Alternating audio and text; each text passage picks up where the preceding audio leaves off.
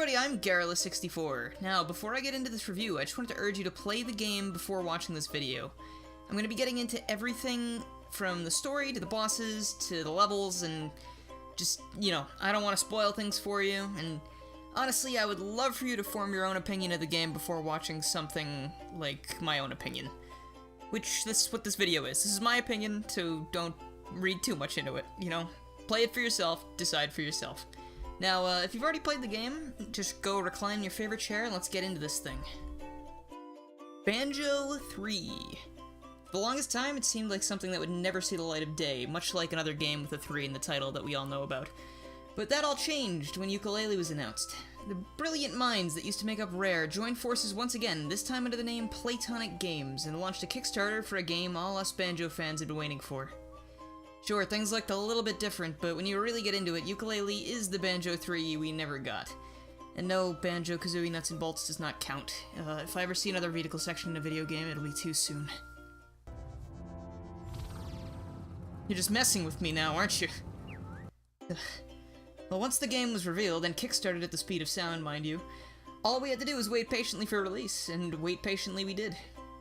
As a backer, I had a little less of a wait since I paid to access the Toy Box demo a few months before the actual release. I do have a full playthrough of that on my channel, so feel free to check that out if you want my first thoughts on the gameplay. But once the game was pushed back a bit, we had another chance to try the game at PAX East 2017. So I did go there, and it was obviously a bit more of an updated build of the game, so it included more features and one new element I wasn't too fond of, but I'll get into that later. After the demo, the wait was relatively short though. So finally, on April 11, 2017, Yooka-Laylee rolled into our lives and was met with some fairly mixed opinions. So if you're actually watching this video, you might be thinking, Dylan, what do you think of Yooka-Laylee? Are you going to be a sheep and just blindly dislike things for no reason like most people these days? And to that I say, no way, friend. I form my own opinions on things. Though that is pretty rare these days. I'd be lying if I'd said the reviews didn't make me a little nervous though, but in the end I was determined to give it a fair chance, because the only person's opinion that matters when it comes to a game is your own. So, when I sat down to record this game, I was totally ready to get my first thoughts on camera, but lo and behold, my computer just isn't what it used to be, and I couldn't get the game to record at anything higher than 30 FPS. Even on lowest settings. So, instead I figured I'd make a review. Though I will be doing a full playthrough when the Switch version comes out, because I do plan on buying the game again. Our tale begins with new buddy duo on the block, Yooka and Laylee relaxing in their new digs, when suddenly the evil Capital B and his #1 lackey, Dr. Quack, activate a machine meant to capture all the books in the world in an effort to locate a magic artifact known as the One Book. Unluckily for them, the book just so happened to be Laylee's latest find, and it gets whisked away. The two friends give chase right into Capital B's lair, and that's the start of his problems. Along the way, the heroes meet many colorful characters, such as Trouser, the snake that wears pants. I see what you did there, kids, ask your parents. Vendy, the nightmare creature. Dr. Puzz, the science-savvy former associated Quack Corp. And eventually the dastardly Dr. Quack shows up and tries to delay their progress with some devious quiz shows.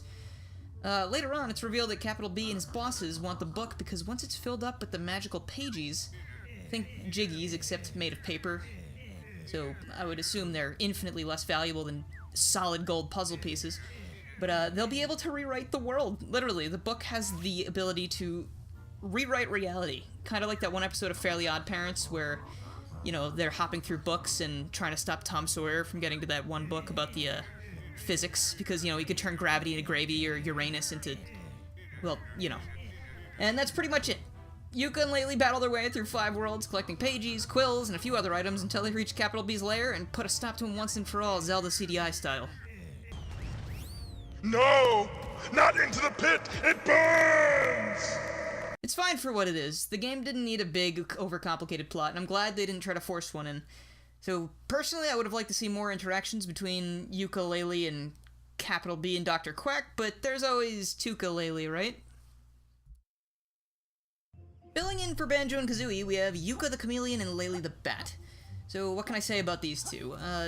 Just about everything you liked about Banjo and Kazooie is present in these two, to the point where it feels almost as if you were still playing as Banjo and Kazooie, except wearing other characters' skin over their own.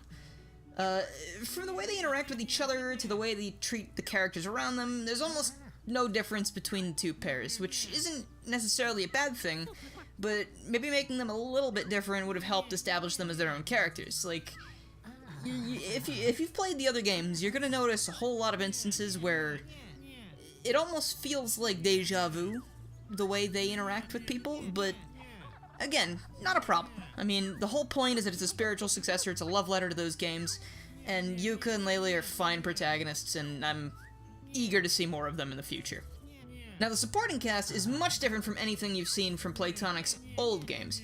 In fact, if you looked at the lineup without any prior knowledge, I bet you wouldn't be able to pick out who fills in whose role. Now, kicking off the supporting cast, we have Trouser. Basically, he's this game's bottles/jam jars.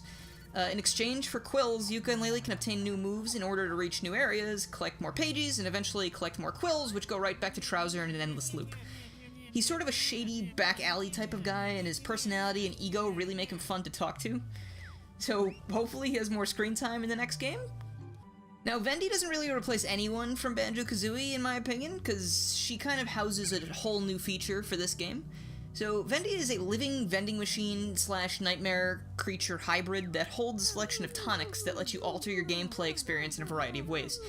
I'll get more into that later because it's kind of a gameplay feature, which I'll talk about in the gameplay section. But that's really all she's there for. I don't really remember her saying anything too memorable or doing anything of substance. And to be honest, she was fairly forgettable, if not for her totally unsettling design. Like, seriously, I'm not crazy, right? It is a little creepy. I don't know. Just my opinion again. I don't know, let's just stick googly eyes on a vending machine. Everything will be fine, alright? Anyway, but alright, so Dr. Puzz is this game's Mumbo or Humba Wumba. She is like a squid in, like, a SpongeBob SquarePants, like, water helmet, so she can breathe, I guess. And she handles the transformations you'll be dealing with throughout this adventure. So, I really didn't find her as fun or as memorable as Mumbo or Humba, but I'm not saying she's a bad character, it's just I didn't find her very interesting. I was never particularly psyched to see her like I would when, you know, walking into Mumbo's hut or Humba's wigwam or whatever it was called, but I don't know, she just didn't really do it for me. Now, Rextro is the source of the minigames you play in each world. Rextro is a holographic 64-bit dinosaur that mans a collection of arcade machines that you'll really want to mess around with considering they're the source of 2 pages in each level. His deal is that he's from the golden age of video games, and he wants to share his old games with his newfangled heroes. So Yooka is too nice of a guy to say no, so good luck finding that play coin. So I like Rextro's character a lot. He had a lot of funny and endearing lines that I won't spoil for you because it's best left up to the first time you see it, you know, just get the giggles out. But, I don't know, he was quite the memorable character, and I hope to see more of him again in the next game. Now, Dr. Quack is basically a more intelligent Klungo. He's in charge of Quack Corp, and he's the right-hand man to Capital B. He's made up of what seems to be an old gumball machine on wheels, and the head of a duck just floating inside that, sort of like Dr. Fetus from Super Meat Boy. Besides being the head honcho of his own company, he also gets in on the action with some quiz shows, so a few times during the adventure you'll have to boot up that memory of yours and answer some trivia questions, kind of like Grunty's Furnace Fun from Banjo-Kazooie. Now, the questions aren't too difficult, but make sure you answer them quickly, because you can actually finish the quiz a lot faster than you might think. Now, last but certainly not least, we have Capital B, this game's Gruntilda. Instead of a rhyming witch, we have instead, much to my surprise, a corrupt bee businessman. He taunts you throughout your entire adventure, kind of like Grunty would while you're traversing her lair in Banjo-Kazooie. And that's just a welcomed sight, to be honest. It kind of makes me feel at home. Thank you for the insults. Now, Bee and Quack are working on acquiring the One Book to appease the higher-ups, and honestly, I couldn't get enough of them. From their voices and battles and appearances and just their wacky antics, they really left a mark on me after my time with the game came to a close. Which, unfortunately, as all things do, the game did come to a close. And I want to play it again as soon as possible. Waiting for that Switch port, though. Now, if you're a Banjo-Kazooie fan, you know how this story goes. As you travel through the 5 worlds available to you, you collect everything you can get your grubby little green and purple hands on. Gone are the jiggies and musical notes from the glory days, replaced now by pages and quills. On each of the 5 worlds, you're on the hunt for 25 pages and a whopping 200 quills, all the while fighting through hordes of enemies, playing minigames, and helping the local googly-eyed residents with their problems. One departure from the classic Banjo formula comes in the form of the worlds themselves. Not only are there a lot less of them this time around, but each one of them could be expanded with the help of the pages. Each world can be expanded once, and once expanded, numerous new challenges and areas open up to you. Besides pages and quills, you'll also be searching for both a power extender and a health bar extender in each world. Power extenders allow you to use more of your moves before getting tuckered out, and life extenders give you more hit points. But that's still not all, because in addition to all those other collectibles, you'll also be hunting down the 5 elusive ghost riders hidden throughout each world.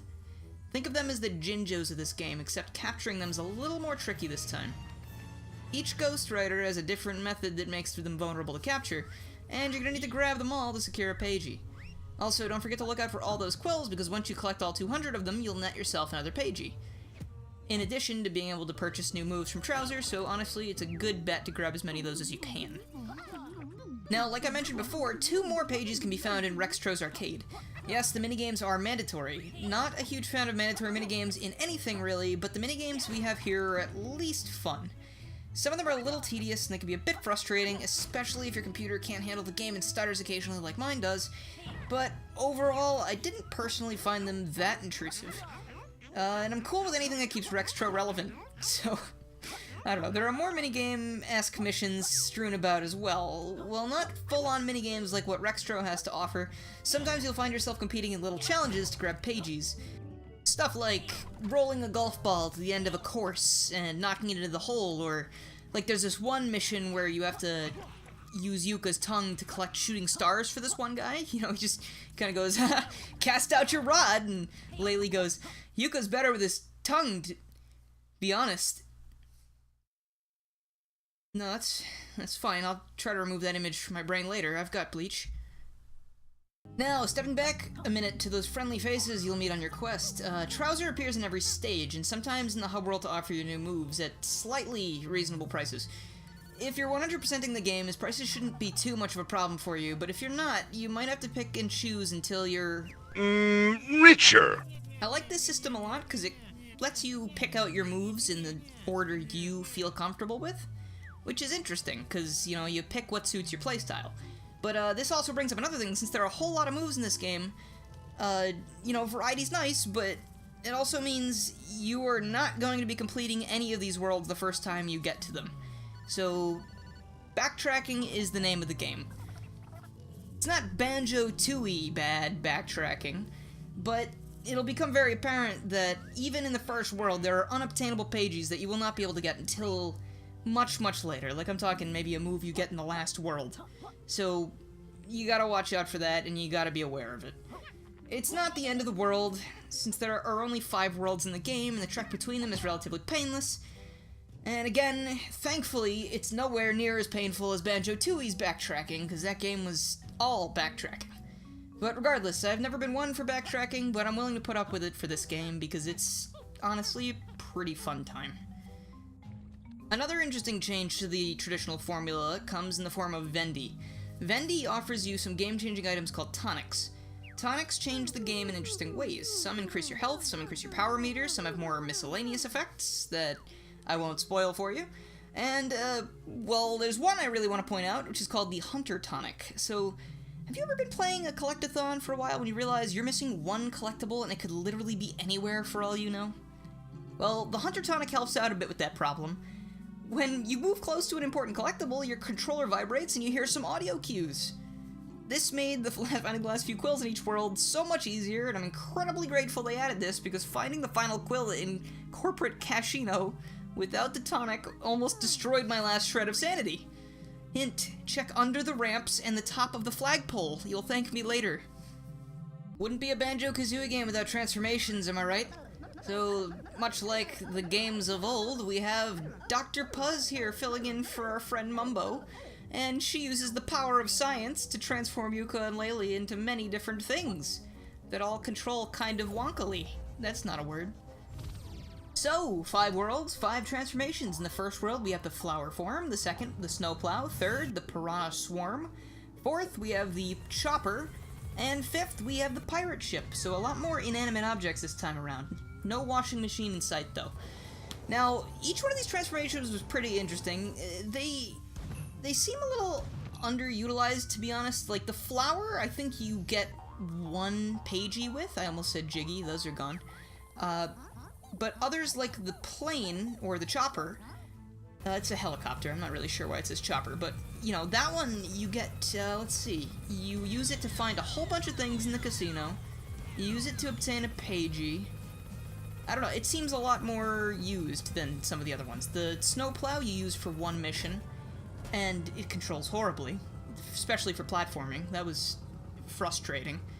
And the Piranha Swarm was actually kind of cool. It lets you stay underwater an infinite amount of time. You have an attack underwater. I mean, it was neat. That one was neat. I have to give it that one. I thought that was a cool idea. And then the last thing, the pirate ship, you use for a few things. So that one was pretty well utilized, I would say. And plus, that world has a lot of water, so shooting around in the water, you know, previously where you couldn't go, was actually pretty neat. But aside from that, not a whole lot to say about the transformations or Dr. Puzz again, because like I said, I didn't love her. But, I don't know. Wouldn't have been a Banjo-Kazooie successor without the transformation, so I'm glad they got thrown in there. I'm just hoping next time you do more with them, especially since there were so many pages in each world. It's just, it felt like they were very underutilized. Another character you'll be finding on your journey is Kartos, who is a minecart, and you're gonna be having some classic Donkey Kong Country minecart sections, which is pretty cool. I thought that was a really nice idea. The only thing is, again, a lot of the alternate playstyles in this game don't control as well as Yooka-Laylee do on foot. It's a little bit of a problem. Like, you'll get used to it, but it's very odd. Like, the control's very weird. It feels sometimes like you make jumps, or you don't make jumps when you should have. It's, I don't know. It's, you play it for yourself and figure it out, but it's just very odd. You're basically going on this whole minecart track around the level, and it's pretty cool because you see different parts of the level. You might even see some quills you missed, which is how I found some of the quills that I was missing. And on the track, you're going to be harassed by robotic bees and barrels and a million other things, all while you're trying to collect gems, almost like that minigame in Superstar Saga when you're trying to get past the minecart trail. And if you don't have enough gems by the end of the run, you gotta restart the run, and let me tell you, it's very easy to mess up and lose gems at the last second. There was one time where I had one gem off from the total, and I just barely managed to grab one at the last second and pass the goal.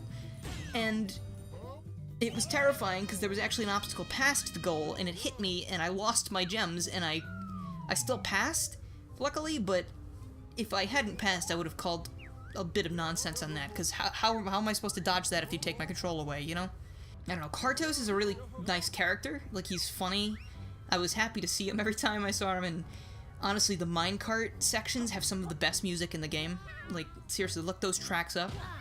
No pun intended, but I will take it. And I think that's pretty much all I have to say about Kartos and most of the gameplay, but I think now we'll move into worlds and bosses. A game is only as interesting as its worlds, and luckily we have 5 pretty interesting worlds at our disposal here. Plus one hub world that harkens back to the good old days of Banjo-Kazooie, and really reminds you of Grunty's old lair. Now, starting off, we jump into the hub world, Hivory Towers. Now, this is Capital B's home base, and you are an unwelcome guest, to say the least, because he's going to do everything in his power to try and stop you from getting further into the lair. And he's also just going to sit there and insult you the whole time, because he's a crybaby. But while you're looking around, you're going to find, I think there's only 10 quills in the hub world, and I think they're all outside, so you don't need to really worry about quills, but I believe there are 10 pages hanging out in the lair. And you'll find those and come across them as you get new abilities, and they're pretty easy to find. Some are hidden behind puzzles, some are hidden in plain sight, some try to run away from you because they think you're a bad guy, even though you just saved them from certain death. Do whatever you want, you piece of paper. I mean, sure. So, since it's the hub, you're gonna find the entrance to the other levels inside it, and once you open them up or expand them, you can jump inside the Grand Tomes, And first off, we have Tribal Stack Tropics. It's this gigantic green level with a whole bunch of nonsense in it. Now, it kind of does a good job of dropping you right into the fire that is this game, because, you know, you go to your total screen, you see, oh, 25 pages and 200 quills and 5 ghost riders and a power extender and a heart extender, and my long-lost cousin thrice removed is here. Oh, okay, well, I'm gonna have to go looking around for that soon. As a first level, it does a good job of introducing you to the things you're gonna be seeing throughout your adventure, such as characters that have missions for you, collectibles lying everywhere, hidden areas, things that affect the actual stage, such as the giant cloud that can change a bit of the weather and actually net you another pagey or two, and it's honestly pretty fun. It was a great place to explore, even though at first it felt really, really big. Once you look around a bit, you start realizing, okay, wait, there are landmarks around over the place to help you with, you know, finding your way around, which is very interesting. Like the giant temple in the middle, you have Rextro's Arcade, you have Dr. Puzz, and the gigantic sky tower that you have to climb. It's a very good time. I like Tribal Stack Tropics a lot. The transformation was pretty fun. You turn into a plant, and you help this other plant, like, wake its siblings up by spraying them with your juices? The World 1 boss, however, is a little annoying. Its name is Rampo, I think, and what you have to do is roll up a hill using your roll move and dodge the logs he's throwing at you. And at first, it's very difficult to dodge the logs, and I was getting a little frustrated. But once I realized you could kind of stop in place and jump really quickly to kind of see what was above you more and get a good jump over the logs to get up to the top quicker, it started becoming a little less annoying. It's just, the learning curve for that particular boss is a little meh. Wasn't a huge fan, but it was pretty satisfying at the very end of the fight when he falls down and you can actually ground pound his eye and he goes like, oh god, please stop. Now, next up we have Glitterglaze Glacier, which I love the name of. And I think I have to point out, I believe every level in the game has some kind of alliteration in the title, which is absolutely beautiful. I love alliteration, because I'm an English major and I'm a dork. But, so, Glitterglaze Glacier is the level I played at PAX East, and I wasn't too crazy about it when I was playing there, but once I got into the meat of it on my own, because, you know, I had like 15 minutes in the demo, once I got into it on my own, it was very fun. It looked very beautiful. There was a lot of things to do. The only thing is, when you expand the world, all you do is get access to a new area. Like, it doesn't really get bigger. But that's fine, I guess, because it kind of keeps things simple. Like, you just have this gigantic new castle to explore, and it opens up by an ice key, which is pretty funny. Like, I see what you did there, Rare. It's very cute of you. Where are my eggs, huh? Where are my stop and swap eggs? Do they work here? This stage is home to that snowplow form I was talking about that doesn't control very well. That kind of frustrated me a bit because when you need to perform some precision platforming to get to an area that you are required to get to and the controls aren't very good, it takes a long time to get back up to where you need to be, and if you keep falling, it's like, why are you doing this? I don't know. They did a good job at getting Yooka-Laylee's control right. It's just, I feel like they could have fine-tuned a few of the transformations a little bit more, because they're a little awkward. But aside from that, Glitterglaze Glacier has a lot of snowmen in it that say a lot of weird things. One of them wears pants on his head. One of them wears a cowboy hat. You save a skeleton that's in a pot again for some reason. I don't know why these things want to cook this skeleton. There's really no meat on her bones. Who else do you find? You see Dr. Puzz, of course. Rextro is around. And, yep, the castle is quite the enigma. It's a little bit of an annoying maze at some points, but it's got enough things inside it that it makes it pretty fun. Though the World 2 boss is just very tedious. It feels like it takes too long to finish, and I wasn't a huge fan of it. It's meh. I don't know, look up a video. It's very tedious. Third world is Moody Maze Marsh. And boy, is it feel like a maze sometimes, because wow is it big, and wow is it dark, and wow is it a little confusing. But honestly, it was a pretty fun time. I never found myself getting too lost, because there were plenty of vantage points you could climb to see where you need to head off to.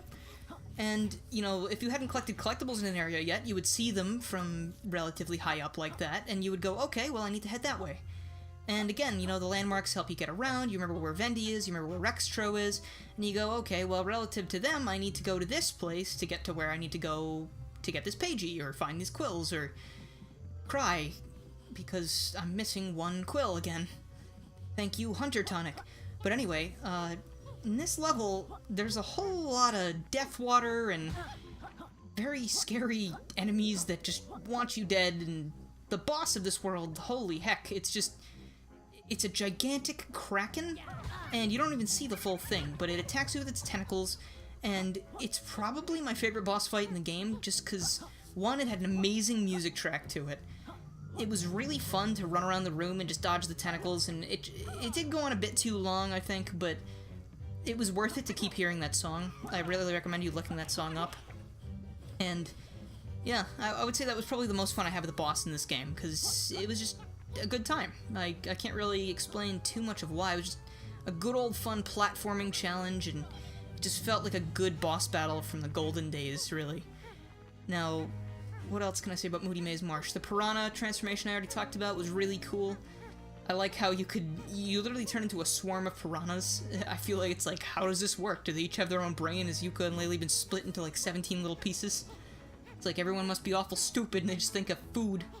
But, you know, finally you can move through some, like, there are things underwater that have, like, thorns on them that you can't move through as Yooka and Laylee because you'll die.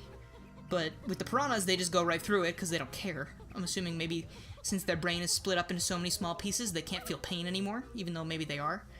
But yeah, I think that's pretty much Moody Maze Marsh in a nutshell. So next up, we have, what was it? I think Capital Casino, which is a gigantic casino, kind of like something you'd see in Sonic the Hedgehog. And boy, is it cool. Like, I love the aesthetic of it. I love casino levels. And I did talk about this in one of my other videos. I think it was one of the Mario Last Impact videos. There were so many mini-games and little missions you had to do that involved playing, like, actual casino games.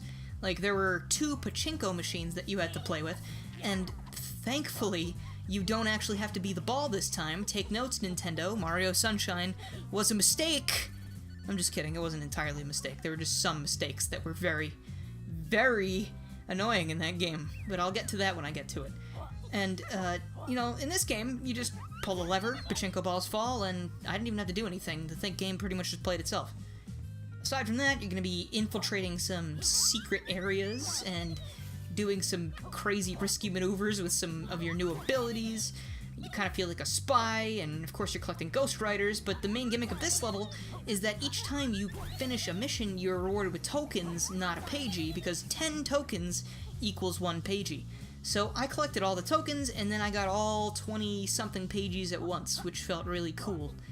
Now, jumping over to the boss in this level, since I already talked about the helicopter transformation before, I don't want to talk about it again.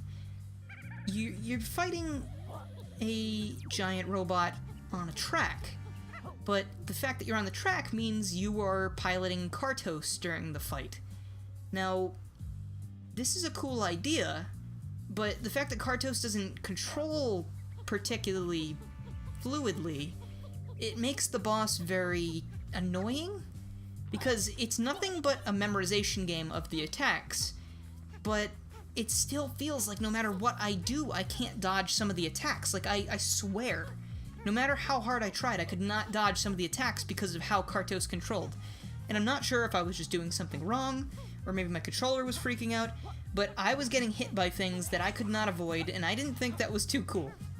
I had to replay the boss maybe 6 or 7 times before I finally finished it, and dear God, was it satisfying when I finally did, but I was still kind of angry after I was done because I felt like I was getting cheated out of those first few hit points because I couldn't do anything about it. Now, again, I'm not sure if that was just me. Please let me know if you had an easier time with it, but I don't know. It felt weird. Now, later on, the very final level of the game, we have Galleon Galaxy, which is a gigantic world that has a space theme, and it's flooded with water that you can't touch. For some reason, it's probably got radiation in it. You want to touch it, you maybe turn into the Hulk or something. It's not good. But you're running around this whole place, and at this point you have the flying move, so you're flying all over the place, and you're having a good time, and what can I say? It looks beautiful. There are so many cool missions in this level. It was probably one of my favorite levels aesthetically. It was really big. I was having trouble finding quills in it, but again, the Hunter Tonic was a lifesaver, so it wasn't too bad. And the boss in this world actually made me feel very guilty. You started off by grabbing the boat transformation from Dr. Puzz, and again, you use the boat transformation a lot in this level because of all the water. You can't touch it as Yooka-Laylee, but you can touch it as the boat, because why wouldn't you be able to? You're a boat. And basically, you go over to this one area, you blow up some rocks, and then you see this, like, this rock dog creature, and you murder it, which horrified me, because I was like, oh, man, I didn't mean to kill this dog. And then the boss turns around, and she basically says, why did you just kill my dog? I'm gonna kill you now. And I was like, you know what, that's fair. I'm gonna let you do that, because I shouldn't have done that. And I died, but you can't do anything about it. You gotta kill the dog to play the boss, so, you know, I just have to live with that. Which is a bit hard, but, you know, whatever. Fictional characters, no skin off my nose. But this boss is actually pretty fun. At first it was a little hard, because I thought, again, I was having trouble controlling the boat, but once I had better control of the boat, it was a good time. You have to, like, blast the meteor with, like, all your different weapons, depending on what side of the meteor is showing. Like, if she's shooting fire, you have to, like, use your ice attack, and if it's just a regular rock, you have to use the cannonballs, and if it's the ice side, you need to use your flamethrower. And it was just well put together. It was a fun little romp, and that whole world was really entertaining. I really liked it. And not to mention the Kartos challenge in that level was actually pretty cool, because the gravity was different. Of course, it was a little annoying to get used to the gravity, but once you get used to it, it was actually pretty fun, because the game just kind of goes crazy, and it's the final challenge, so it's like, you better bring everything you've learned, because you're gonna need it. And with that, that's all the worlds. I mean, the only thing I can do now is pretty much talk about the final boss, so if you don't want to hear about it, please do not listen to this part. Finally, after collecting all the pages, or at least that's what I did, I made my way up to Capital B's office, and he knocks Dr. Quack over by mistake, and you see him sitting there in pain, I assume because maybe his life support system is being clogged by the rug. Who knows, you leave him by himself, and you jump into the elevator to go after Capital B. Now, in a very Klungo-like move, he takes out, like, this potion, and he grows in size. And you enter, I believe, like, a 5-phase boss battle. You start off with him with a force field, and he sends bees after you. These bees are the most annoying thing in the game, because they home in on you, and they don't leave you alone. And basically the only thing you can do is either outrun them, which is kind of difficult, or use your invincibility move for a second when they go right to attack. Then, once they attack you, if they miss, you can knock Capital B over, attack him a couple times. The next phase, he's going to be flying away from you and shooting you with bombs. And he summons his little minions, so you have to watch out for those guys, and you have to grab these ice blocks and shoot them at Capital B while he's running around in circles. And this part was actually really easy. I got into a really good groove, because I had to play this boss so many times, because of something that comes up later. And once you defeat this form, he goes like, Quack, help. And then the walls fall apart because Quack did something wrong, and you're suddenly outside. And it's very reminiscent of Bowser in the Dark World, or any of the Bowser fights in Super Mario 64, because you're kind of in a platform in the middle of an area you can't leave, and you're trying to get Capital B to stop. It's actually nothing like that fight, now that I think about it. I don't know why I said that. I think it was just the arena reminds me of it. But you're trying to get Capital B to... He jumps around with his force field again, and you're trying to get him stick into the floor, because once he sticks into the floor, he loses the force field. You're able to attack him a few times, and once you do that enough, he starts adding more things to the mix. Like, he'll have shockwaves when he hits the ground. That's why I was thinking of Bowser. The final Bowser, and I think the second one, when he jumps around, you have shockwaves that you have to dodge. But, you know, you have to dodge his shockwaves, and they rebound all over the place, and then eventually he throws the bees that home in on you into a mix, and he's still got the shield, so you gotta wait for the bees to go away, then you gotta knock the shield down, then you gotta hit him, and then you gotta hit hits on him so he falls and gets to the next form, and then finally, he gets to the point where he starts flying around again, and he sends these homing missiles after you, where you have to fly into the air and get behind him so the missiles hit him and knock him out. Then, once they hit him, you actually get the points off on him, and just enough missiles hit him, he goes down for good. And finally the game's over. That really, really long and sometimes tedious, annoying boss battle is over, and Yooka-Laylee finally get their book back. Bee and Quack are trapped in a previously unexplored grand home. Hopefully it's maybe, I don't know, some kind of lava world and they're burning for their sins, but maybe we'll see their return in the next game. I would love that. Or we'll see a completely new baddie, who knows. But as far as the game goes, that's pretty much what you're going to be seeing. And boy, was it an adventure. Just thought I'd leave my quick closing thoughts here because it's the end of the review and we're done. So, question posed earlier. Dylan, did you like Yooka-Laylee? Yes, I really did like this game. I enjoyed it a lot as an old school Banjo fan. It really felt like a return to form, and I mean, I do understand where some of the complaints come from, but I was able to overlook them just because I had a really great time with it. Another thing that I just wanted to quickly mention is I think I owe a little bit of a thanks to the developers of this game, because for a long time I haven't been feeling very good. I've been not so great medically speaking, just for some medical issues I'm not wanting to go into. And when this game came out, it really helped me get my mind off things, and it just really helped me cope with not feeling good at all. And I had a great time, and I just really have to thank them for that. So seriously, thank you guys for this game. I really enjoyed it, and I'm really looking forward to the next thing that you decide to announce. So this has been Garrulous64. I hope you enjoyed this review. If you have any feedback for me, again, this is only my second review, really, so I could always do with more feedback. I tried to take some of the feedback from the last video to heart. Couldn't cut down the length as much as I'd hoped, but, I wanted to get everything into the video, so sorry about that. But I'm at least hoping this is a bit better, and I had fun doing it again, so more of these in the future, definitely. So thank you so much for watching, and I will see you guys in the next video. See you later.